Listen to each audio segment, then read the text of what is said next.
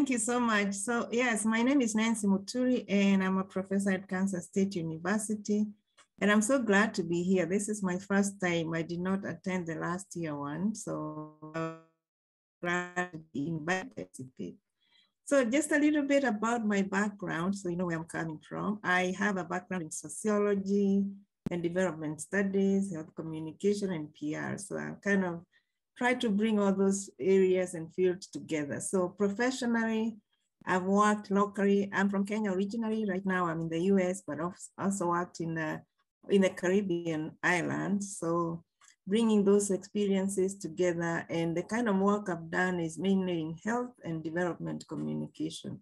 In terms of teaching, I'm teaching in the health risk communication crisis area, but I'm also a professor of PR. So I do teach for undergraduates. I teach PR in the undergraduate level. I teach strategic communication. I also teach communication theory, research methods, a host of just different courses. So, so when I'm doing my work, I kind of try to bring all those kind of backgrounds together to decide or to determine where we go when it comes to risk. So back to where we are, COVID-19, we know it has caused a lot of damage. It has impacted not only families, communities, just basically everybody has been impacted by COVID-19. One second. Turn that off. So, and when it comes to infodemic, that is one of the biggest problems that we are facing as communicators. And the reason is because people have access to media, social media, they have information, but then how they determine what is correct, what is incorrect, and what to share, what not to share, that has become a big issue for us as health communicators. Right now you're talking about resilience, and what about what we can mean as communicators in terms of resilience and when it comes to health related issues like this. Studies and literature has shown that adequate information is crucial when it comes to disasters or any kind of damage that has affected communities, global communities, local communities, just basically everybody. We need adequate information, correct information to be able to move on, to recover from the damage. And again, this is where we come in, because this is a health issue, is a big, obviously a big risk. So what do we go from here? And that is the big question that we have. So for my presentation, I want to talk about strategic communication, how we communicate globally. But I also, because I'm coming from a development communication perspective, so how do we communicate from that perspective? And yet you're talking about global health and you want to talk about it strategically. So we can discuss some of the issues, for example, where we have been. We've seen what we've done in terms of communication in the previous 2 years, and what do we need to adjust moving forward. So that is where I'm coming from. And just a quick background in case you have not been in the field. Back in the 80s, we talked about IEC, and actually my first job, I was an IEC officer back in the 90s. And then we moved on to BCC, we moved on to CBCC, Social and Behavior Change Communication. Right now, the emphasis is risk communication, community engagement on one side, but on the other side, you're talking about strategic communication. So, and this is where now, since everybody's communication, can we bring those two together and you strategically communicate about risk and health and risk?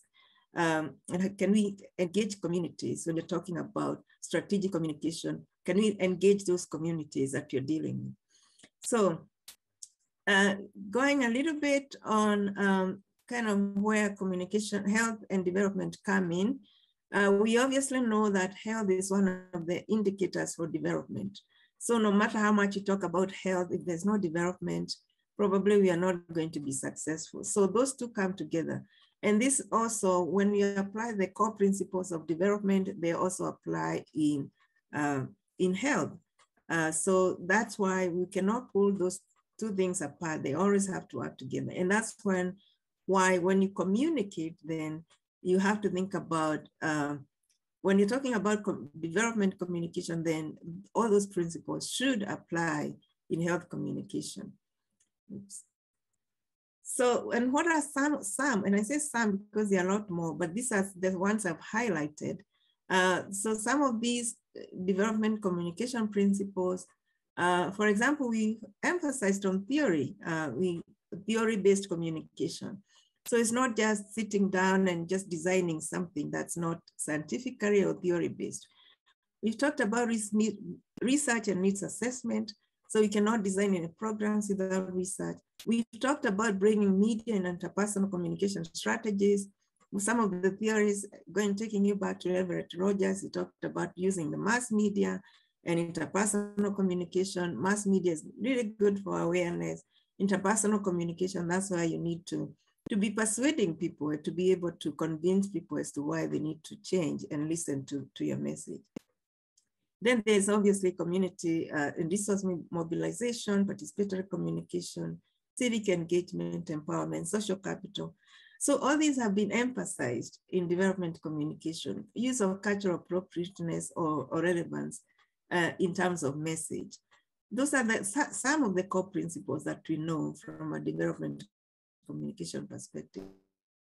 Also apply in health, and yes, they do, when it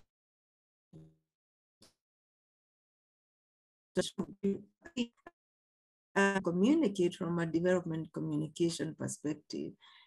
Many scholars, and I'll just mention Court and also Agunga, those two have really talked about the lack of there has been when it comes to development communication.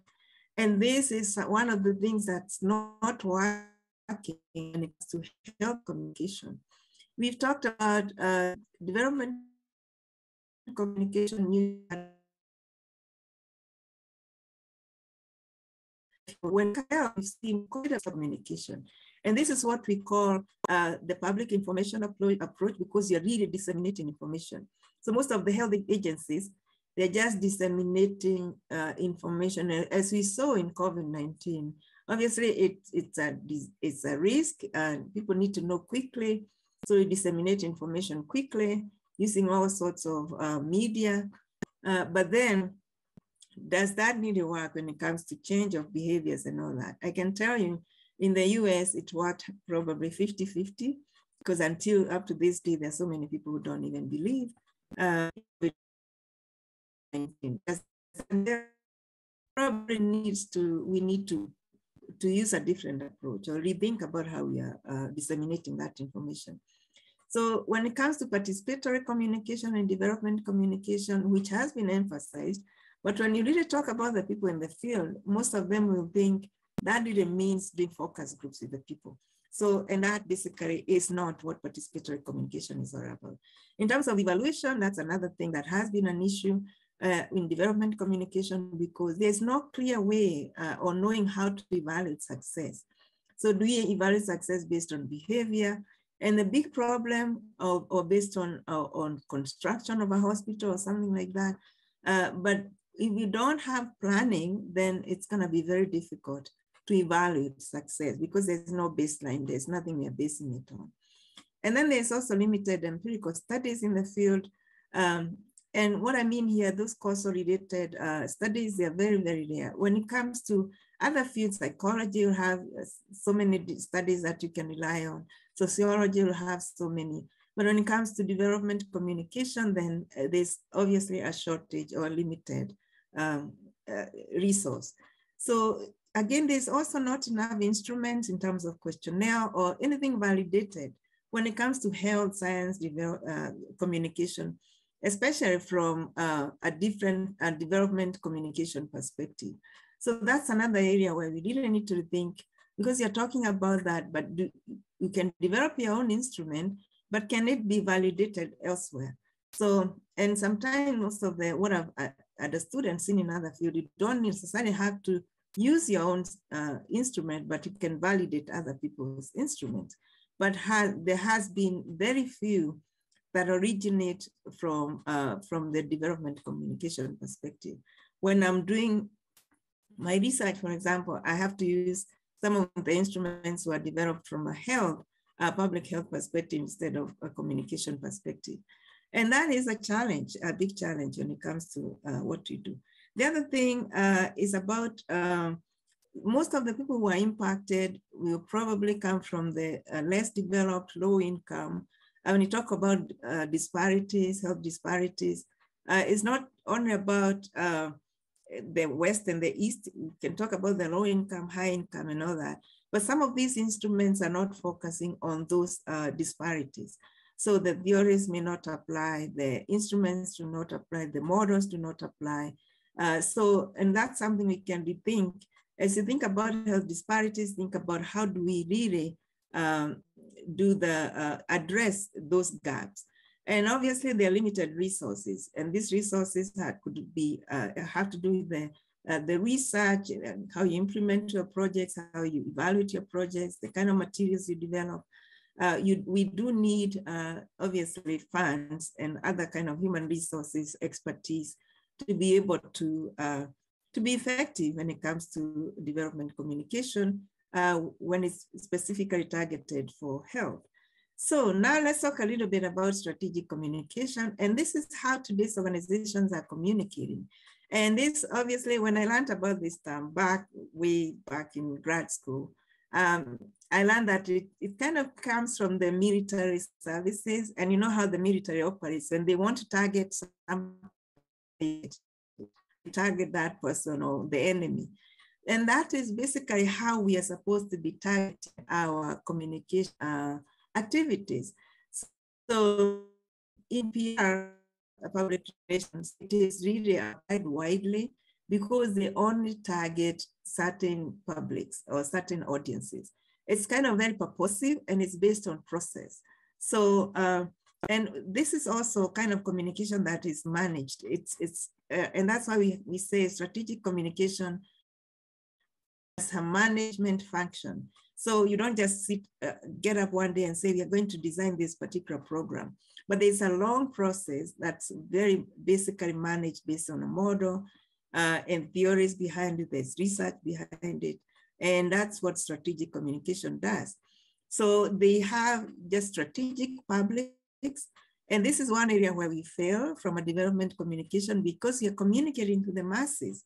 Instead of really specifically targeting the audience, it doesn't have to be a big group of people, but whatever group that you're communicating to, that is the group you're supposed to be targeting.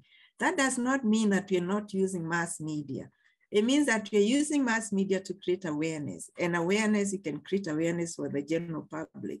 But then when you move to the next step, then you really have to think about what are we gonna tell these people? So when you and I are sitting and watching a TV program and the message is targeted to me, then I'm listening, I can hear it, as opposed to you who may not be targeted, it doesn't really matter too much to you. So can we do that when it comes to public health? Really addressing the people, understanding them, and communicating directly to them. So when I saw with COVID-19, for example, there's so much of mass communication.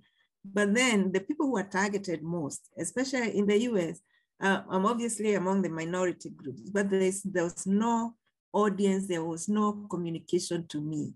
So because obviously when it comes to all those ethnic minorities, they face different issues. But then are we really focusing on those issues? And that's where if you're not targeting that person, then they're not gonna listen to the message. And this is integrated kind of communication. So you're not just doing communication for the sake of communication, but you have to really work together. If you're communicating about health and you're not able to provide the services, then you have to collaborate with the person or the agency that's really providing the service. So you're working hand in hand with them. So strategic communication does not work solo by itself. The only problem now is when you talk about a strategic communication, it's almost like it's a bad word. There's a bad connotation because it's associated with PR. And so it's seen as probably manipulation or kind of persuasion or trying to influence people to do things they don't want to do. And that's why sometimes when you think about strategic communication doesn't fit so well, or they don't mesh well with development communication. But once you understand the principles and where each of these are coming from, you see that those two should very well work together, at least borrow from one another. And because they do, only that we probably don't pay much attention. And I'm bringing this up because I was reading one of the documents not too long ago from FAO, and it's about forestry communication. And one of the statements that stuck to me was they had said that forestry communication is not PR. And I kept thinking, why is it not PR, right? So until today, I still don't understand, why is it not PR? So thinking about that, and that's one of the things I'll be emphasizing on, it should be PR, because PR is about relationship building. And you do have to really build relationships with them.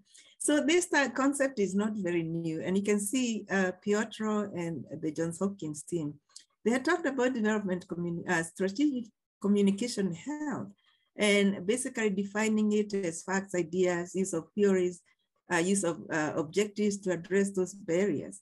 So it's not something new, it's been with us for a long time, but there has been barriers or just those kind of issues when it comes to thinking about maybe this is not about what we do as the do-gooders or good doers or something like that. But ideally, it is supposed to be just use of planning, models, objectives, and all that. So, and that's something we need to be thinking about. So just a little bit on the principles. Research is a must, and it's really not just research for the sake of research. You have to think about the issue. You have to think about the audience. You have to think about the communities that you're dealing with. What are these communities are like? What do they face? What do they have? Just basically that has to do with the community. Even the geographical location, all those are important. We have to think about the goal and the result-oriented communication planning. So everything you're doing, you have a goal. So what is that overall goal that you're trying to target? And then we have the objectives. And this is where sometimes we confuse our goal and objectives. So sometimes we just want to distribute stuff. But what is the goal behind it, right? So if you're disseminating information, education, materials, if you're giving people vaccination and all that, what is the overall goal? So you have to look into the overall outcome or overall goal. And once you have that, then you can work backwards. There are some very good models that have been used in public health that actually start from a model like proceed model. You know, it starts with the goal and then you can actually move forward and back to the goal because that's the outcome you're looking for. So in strategic communication, you do the same, but you're operating under your objectives. And this is again where we fail, because when you talk about objectives, we mainly focus on the output objectives, what we are doing as communicators. You want to, we talk about, yes, I'm going to produce, I'm going to distribute, I'm going to do this and that. And that's what you measure at the end. And we do that because one, the funding agency want to see, yes, we are doing something, so next time they can give us more money so we can continue doing the same thing. And, but this is not helping us as communicators. And as we move forward, we have to think about the impact. And the impact objectives is where really science comes in, because you have to really be scientific. You have to be empirical in terms of how do you measure impact? You may need to do an experiment. You're gonna need to do a before and after. You have to have a treatment that you're going to do controlled experiments and all that. So those are important aspects. And even if you cannot do that yourself, then we need to be collaborative with the researchers who can actually do that. However, most of what we've seen, especially when we use a development communication perspective, that doesn't happen. We want to do everything by ourselves, maybe because we don't have the resources, the funding. But if we are going to be measuring impact, then we have to really invest and do the impact evaluation and measure those objectives. Strategy is crucial when it comes to strategic communication. And this is another thing that I've observed it lacks in not only in development communication, in many health communication programs, they do not have a strategy. So they say, okay, let's develop materials. And I've designed campaigns as part of my teaching or part of work. And when you're working with a client or with an agency, what they do is they tell you, this is what you need to do, develop the materials. But then they do not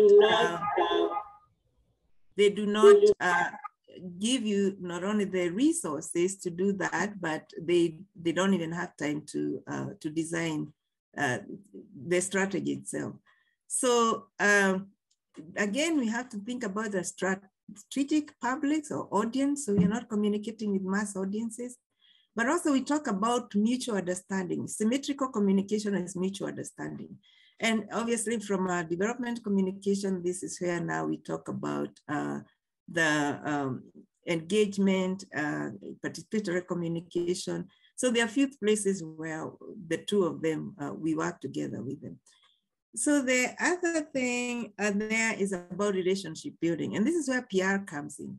So we have to build relationship with our audience, with the publics, with the organizations we are working with. So once we develop those relationships, then we are able to share resources. We are able to address the issue, not from one organization, but also when you talk about multi-sectoral collaborations, then those relationships need to happen. And then when you think about now, overall, we have to think about the cultural, social, behavioral, environmental considerations in terms of when you think about development strategic communication, similar to what we talked about in development communication. And then in health communication now specifically, obviously that is science, health and science. So this is where now research is very important. Do we really understand what you're talking about? As communicators, and this is what they say, that if you're going to really be communicating about a topic, you're gonna probably spend about 80% of your time really understanding the topic itself and the issue, the problem and everything, the research aspect and understanding it. And then you'll need, once you understand it, you probably need about 20% of the time to communicate about it. But then this is where we are not really understanding. We are not investing our time to really understand the science behind the health issues that you're talking about. So when you're talking to people about a topic, whether it's HIV and AIDS or COVID or Ebola or whatever topic it is, do you really understand it yourself? And from my observation and from my what I've understood in the field, most of us do not invest in understanding those issues. The other issue is most of us do not understand theories and strategies, especially strategies. We can use theories, but it seems like you're just using the same theories over and over. The health belief model, the stages of change model. So we need to go beyond. We need to explore other fields, other disciplines, and even in marketing, PR, there's so many theories and models that work perfectly, but then it's almost like you are exhausting the 2-3 theories basically in every topic that you do. And because I teach graduate studies and some of them are international, they're coming from the field, I can tell you that most of them do not apply from their workplace. They do not apply theories, they do not apply strategies, and they probably will hear 1 or 2 theories. And one of the biggest problems is when we teach or when we take classes for undergraduate, almost everybody tries to avoid theory. So they don't want to, it's almost like it's too hard, it's a topic I don't want to touch. But then once they go to grad school or once they go to the field, then we expect them to be the managers to implement projects. Then how do they do that if they don't have the proper background and training for that? So there's also evidence-based planning. So this is something that we cannot be jumping into producing materials and messaging and disseminating. So we need to do research. We need to use that research to do the planning. And then that planning will help us determine, and the strategies help us determine the kind of communication materials for us to communicate effectively. We need to engage our stakeholders in all the way from the beginning. So it's not just about focus groups.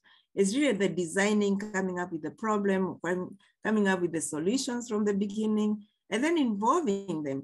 in the planning and implementation process. There are some good models, like for example, the community-based participatory approach. They give you all the principles that you can really focus on, and once you follow them, you understand, or participatory action research. So those who give you step by step in terms of how to engage, how to bring up dialogues, how to really understand the people, but they also have to understand you and where you're coming from. So that kind of mutual agreement is what we need in terms of what to do in health communication moving forward. And then there's also the exchange framework. You know, strategies like social marketing, there's that kind of exchange. So people have to have an incentive. What is it that they're gaining? You're telling me to stop doing this, but instead of what are you replacing with? What is the incentive for me to do that? So, and this is something we don't do in health or development communication. So we only communicate and expect people to do it. But then what are we doing to incentivize them? So, and this is something you can think about as you design your programs. What's in it for them? And this is one thing we really emphasize in PR, in strategic communication. What's in it for me? You want me to get immunized? What's in it for me, right? So tell me that. I remember recently in US, they had reached a point where they were paying people up to $100 to get immunized. But then, was that really research-based? Probably not, because some people are going to getting almost like 10 shots. Because 10 shots, you get $1,000. So that didn't work very well. And obviously, it could be, it came with its own risk. So other thing is when you're designing messages, you have to think about what is the story, what's the use for that. And resources is important, capacity building. And this is why now you become a teacher, you become a trainer, because you're not just giving information and living in your program. You have to really give the people the skills to do what you're trying to promote. So understanding your audiences, and I try to quickly move to finish. So again, going back to all those factors, you need to really understand, be really, really specific about their socio-cultural background, economic, environmental factors that may be preventing them. I'm highlighting knowledge and attitudes here because most of the studies I've seen, and even people who have worked with in the field, we've talked about knowledge as, do you know this, do you know that? And that's not awareness. You're not talking about awareness. Yes, I know there's COVID, I know it kills, I know this and that, but then do you really understand the science behind it? So really asking the facts. So I've been trying to look for instruments almost in every topic that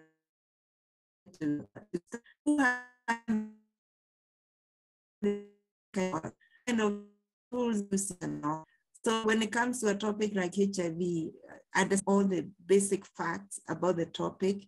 And most often you can ask people about yes, no question or true, false, I don't know. And if they don't know, that means they don't know, if they did not get it right. But having an instrument to measure knowledge, those are things that are lacking. So health and scientific knowledge is important for people to engage meaningfully. So if you're trying to use that participatory approach, but then people don't understand the topic, then how can they really engage? How can they understand what you're really trying to say? So, and that's basically where we need to go back. Do not just, ask them whether they actually participate. So bring us to reach topics that you're dealing with are very, very, very difficult. So health literacy is important, but also literacy level. So when you're communicating, we are supposed to obviously communicate at the 8th grade level when you're communicating about health. But then health literacy, you go beyond that. It has to do with, do they have those facts? Can they advocate for themselves? Can they ask questions from the doctors? Are they empowered? Can they use medication properly? So all those have to do with the health literacy. And then e-health literacy has to do with the online information, because now everybody is going online to treat themselves. So once you get a headache, the first thing you do is go on Google and search. But then what kind of information are you getting? Are you literate enough to know the proper sources of information? So are we doing this as health professionals to educate them? Digital literacy, this is another thing. Can they really discern what is correct, what is incorrect? And then most important, scientific knowledge. So that literacy, I think most of us dropped science in probably high school. And then here we are, the older ones, obviously, some of you are still in high school. But then how do we then teach people how to educate, how to discern what is correct and how to communicate? Because you're expecting them to discuss, to share information. And I think this is where, when you talk about infodemic, the literacy level, the e-health literacy, the scientific literacy, this is one thing we really need to emphasize as we move forward. How to be resilient, to not repeat the same issues we've faced before. And then the communication behaviors, because communication behavior we need to understand, and how they access information. Do they have connectivity? What kind of language do they use? And so all these issues are important. And these are just a few. There's a lot more that you need to understand. So for you need to have research skills is a must. Understanding theory and having real good theoretical grounding, if you're going to be really communicating strategically, very important. Understanding the behavior change process, and this is where theories become also important. And then you have to be a manager. You have to, once you understand theory, you have to understand the planning process, how to evaluate programs, how to plan programs. So it's not just a person who pushes buttons. And what I mean by that is really developing technician. You need to be able to plan and manage a communication program. And then you have to understand the health issues that you're discussing or they're communicating about. And then you have to be a relationship builder or communication facilitator. And as I mentioned, you have to be a teacher and a trainer. So the people you're working with, regardless of what level, then you be able to be one step forward. So you'll be able to communicate with them, and you have to be creative, obviously, because obviously, depending on the audience, people have become very creative in terms of how they disseminate information and how they access information. So we have to keep up with that. The other big thing is you have to have the resources. So you have to really learn to be able to source grant writing, just looking for funding, because it becomes very difficult to implement programs. So in summary, for resilience, we need to really manage our communication interventions strategically. We need to be thinking of our organizations as business organizations. So you're building relationships with your customers or consumers. You have to have very well-trained professionals in management skills. We need to really think about strategic planning and program implementation. We really need to be on topics strategically, so we are not really communicating with the whole world, even though we are talking about global health, community health. But even within a community, there are those people that you're really trying to target. Maybe you're targeting women, men, youth, people who are disproportionately impacted by a certain illness or disease. So how do you reach them strategically in terms of addressing the health disparities that we've been talking about? Then you have to plan, implement, and evaluate our communication programs. And and this has to be systematically based on the objectives. What we talk about in PR or communication, strategic communication, we talk about management by objectives. So focus on those objectives. And although there's so much we need to do about health, and when you go to the communities, and they may divert you to environment, but just being focused as to dealing with one issue one time, that's what we need to be doing. But we need to build again the organizations that you're dealing with, because extremely important resources are very, very crucial for us to succeed. So I wanted to show you a model that I used in my class. And I use this very basic model just for my undergraduate, graduate students to show you This is as simple as you can go, because once you do research, you can do research, obviously will inform your goal and to inform your objectives, but you see everything is tied together. You have, it's going to inform even the strategies that you follow and you come up with. So research becomes extremely crucial, but then you have to do the evaluation. And that's why you have research to inform your goals, and you have research also to inform your evaluation. So this is all I have. So I have had some discussion questions, and I'll stop there for now. Thank you so much, Nancy.